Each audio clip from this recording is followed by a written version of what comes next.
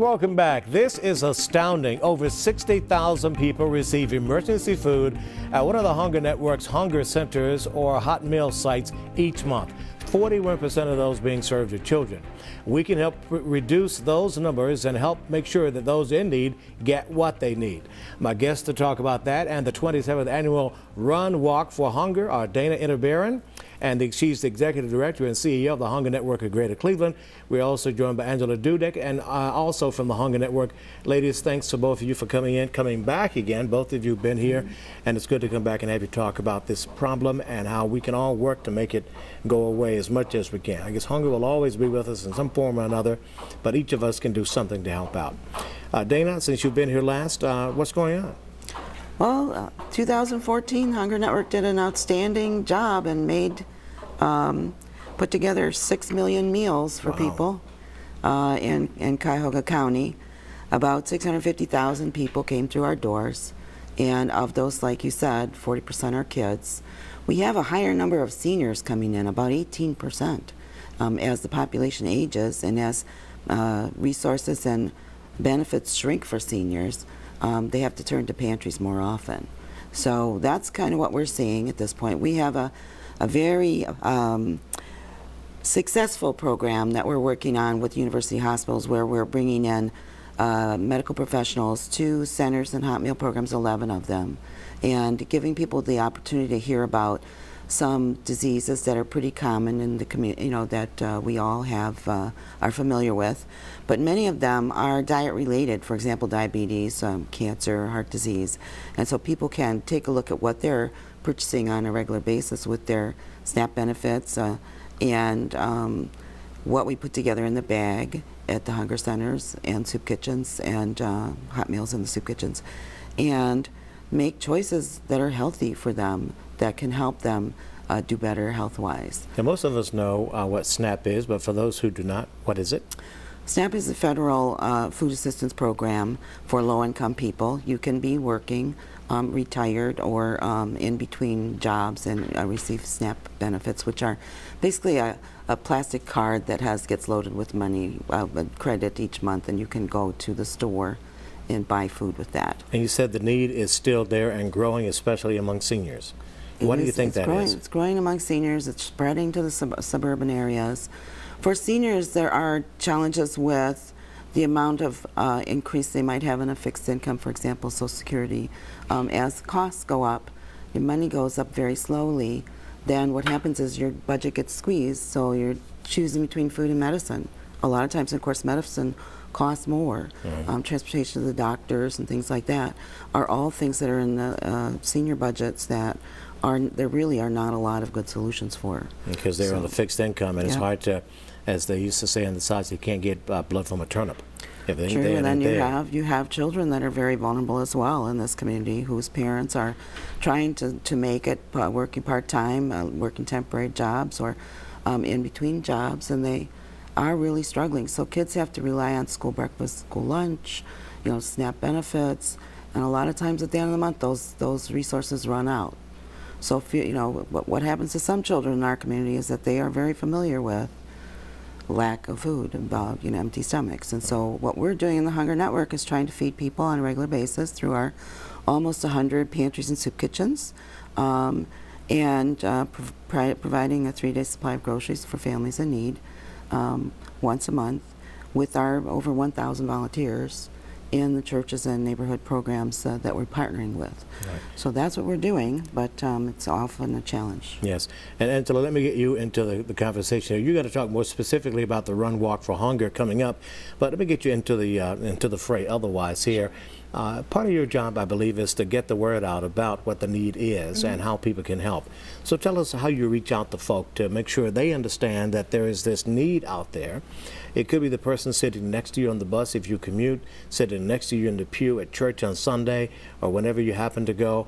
you know, there is a face of hunger and it looks just like us. It absolutely does. Oftentimes, you know, our neighbors are visiting our hunger centers and we don't even know that they're in need. So we do our best to get the word out.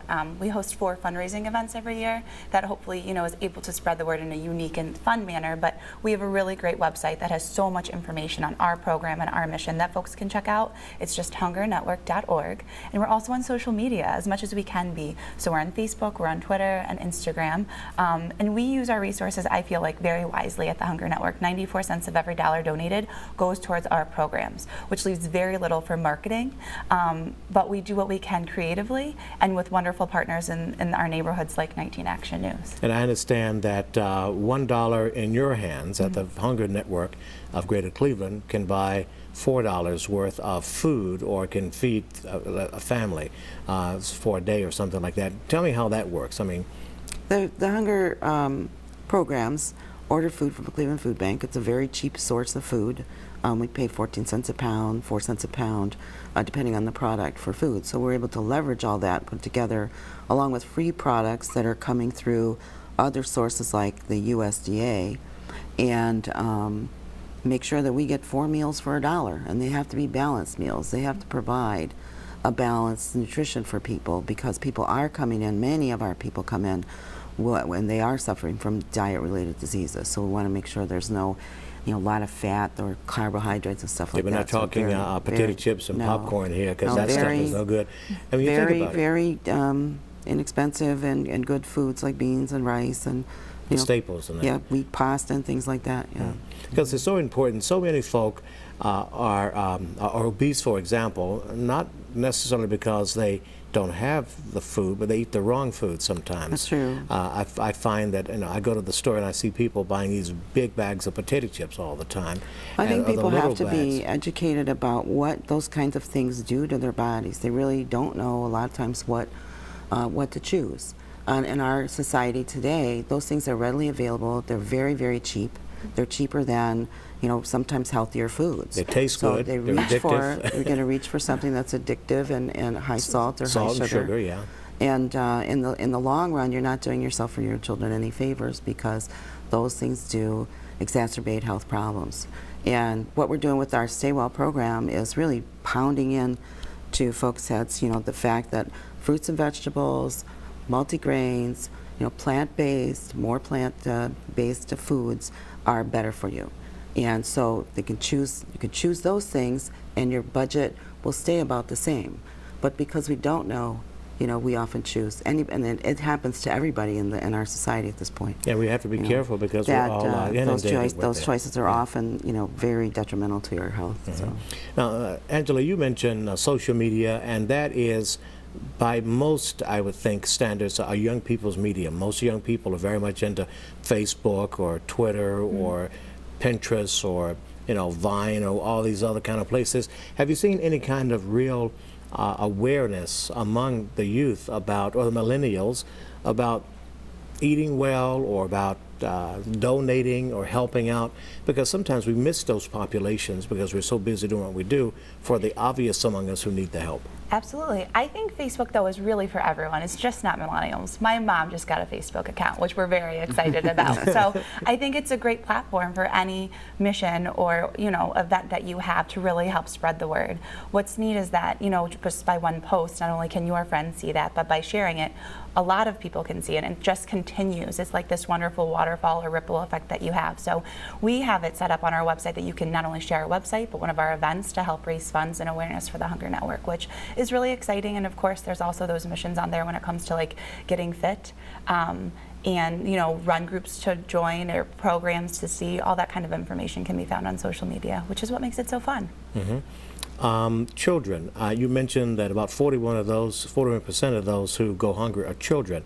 How do we address that? I know that you're working very hard, about 30 seconds here. How do you help address that need? Well, one of the ways we're doing that is with the Run Walk for Hunger, and we really need to get the word out about that.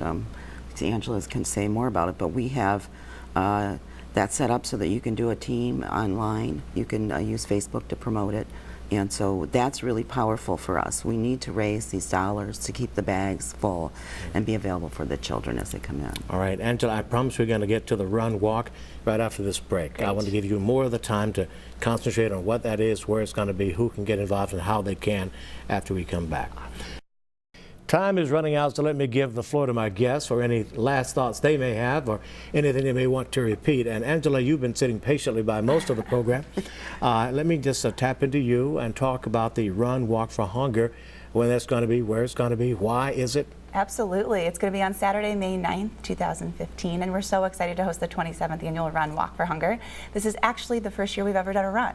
It's always been a 5K through downtown Cleveland, but this year we're going to do a run in addition to the walk, which means we're closing down the street, so it's going to be a really fun experience for all. You're still welcome to bring strollers or your pooches. Everyone's here, all ages. We can't say enough about the folks that come and support the event. Hopefully we'll have around 1,500 people there, and they all walk as individuals or as teams, and they make wonderful fundraising efforts for the Hunger Network. So whether you're coming, to raise funds or just awareness, we invite everyone downtown to Berkeley Lakefront Airport on May 9th. Now, how do they raise funds and all of that so they can get it to you so that you can do the good that you do? Well, the first step is to go to HungerNetwork.org, and there's oodles of information. It talks about our kickoff at 9 o'clock, led by 19's own Jeff Tanchek and Jen Picata, and then it also gives all the details about the event, and it allows you to sign up as individual runners or as the team, and then you can share that link on Facebook or social media channels like we've chatted about earlier. And it just gives you lots of information on fundraising ideas and logistics for everything. So this year, Jim Picciano and Jeff Tanchek will be taking part. That's May 9th, and that's going to start at where? Well, we start at Berkeley Lakefront Airport, right downtown, and they run or walk through the city, and we end at the harbor, right at Voinovich Park, for a family social afterwards. And we serve lunch provided by Mr. Hero. We have a live band, they're called Switch, that's going to be performing, and then it's a really fun time. Okay, and it starts at what time again? Well, we start our kickoff at 9 o'clock. And then the race steps up at 9:30. All right, very good. Yes. And this is all in an effort to help raise money for the Hunger Network at Greater Cleveland. Absolutely. Every dollar can provide 4 meals in our Hunger Center. Excellent. Well, thank you both, Dana, Angela. Thank Good you. to have you back. Thank you so much.